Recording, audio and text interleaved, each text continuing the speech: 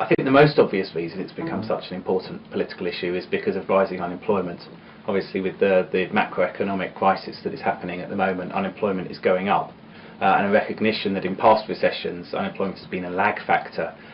In other words, it keeps going up even after the rest of the economy has begun to recover. So I think there's an appreciation across the political spectrum that unemployment is going to rise significantly. So I think that's one reason. I think the other reason is that there's a growing political consensus that too many people, even before the recession, were unemployed and workless. So if we looked at the nearly 3 million people on incapacity benefits, 1 million lone parents, and then at the moment 1.5 million people on job seekers allowance, that's 5.5 million people who could be working, and that's an enormous social cost for those individuals, for their families, for their communities. And of course then that costs the taxpayer a lot of money in terms of benefits and support, when actually those individuals could be contributing to the economy, contributing to their communities. So I think there's a huge realisation that this is a huge social cost, and that those individuals would be much better off in employment. I think public provision is very good. I think a mixed economy is absolutely the right way forward, and I think there's a number of things that the private and third sectors can bring in terms of innovation, new ways of working, new practices, which can really help in this area. I think if you look at some of the things which were first piloted in the private and third sectors around personal advisors, around personal budgets, around discretionary spend, around really designing a very tailored individual solution to each person's unemployment, an individual journey back to employment, and I think that the private and third sectors are very good at understanding an individual's needs, at listening to them, at finding the right individual bespoke route back into sustained employment. For me, I think one of the most important messages is around tackling the Amy Dell switch, which is a fairly sort of technical accounting term for a fairly simple idea. The idea is that we spend about £2 billion a year in this country on programmes to help unemployed individuals into employment, and we spend £35 billion a year on benefits, keeping those individuals out of employment. So if you think of a personal employment support allowance, when you include in their housing benefit, their council tax benefit and the money they get to live every week, that costs the state about £10,000 a year.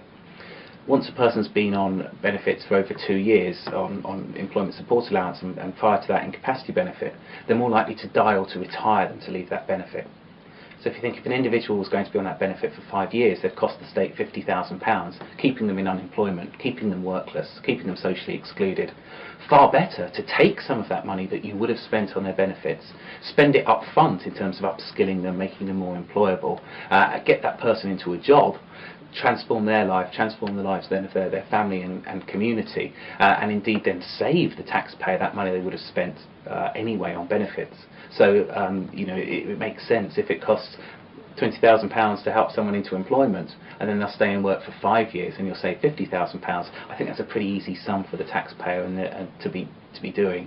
So it's about providing that enough support, the right level of support, to get individuals into decent, meaningful jobs to prevent them having to live a life of benefit dependency.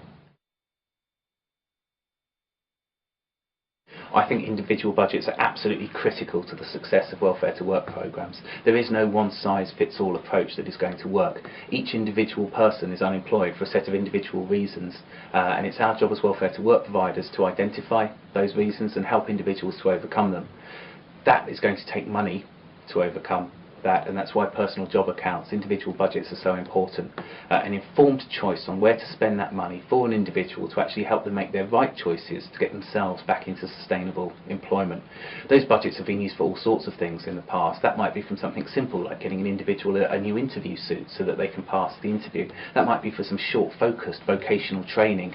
So for example, if you wish to become a security guard, you need to pass the security industry's training course, and so that money might be used for that sort of short, sharp, effective vocational training.